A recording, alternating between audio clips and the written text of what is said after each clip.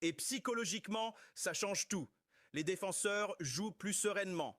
Le bloc recule sans paniquer. Les lignes restent compactes. Maintenant, dans la suite, on va quitter la défense pour s'attaquer à la vraie interrogation autour de cette Tunisie. Le milieu, la créativité et surtout la capacité à faire la différence devant. Parce que c'est là que se joue le plafond réel de cette équipe. Maintenant, on va s'attaquer au cœur du débat.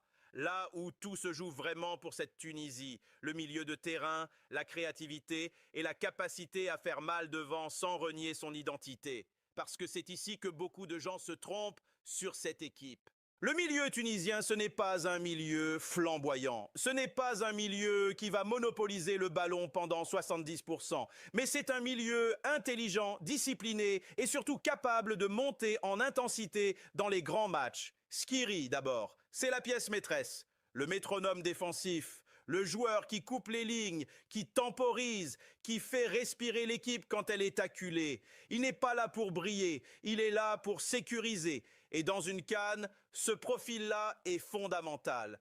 À ses côtés, tu peux avoir Garbi, Hannibal ou Mesbri selon les matchs et les besoins. Et c'est là que la Tunisie devient intéressante. Garbi, par exemple, a déçu en Coupe arabe. C'est vrai, mais cette compétition, paradoxalement, a pu lui faire du bien parce que c'était sa première vraie immersion dans le football africain avec la pression, le public, l'exigence émotionnelle.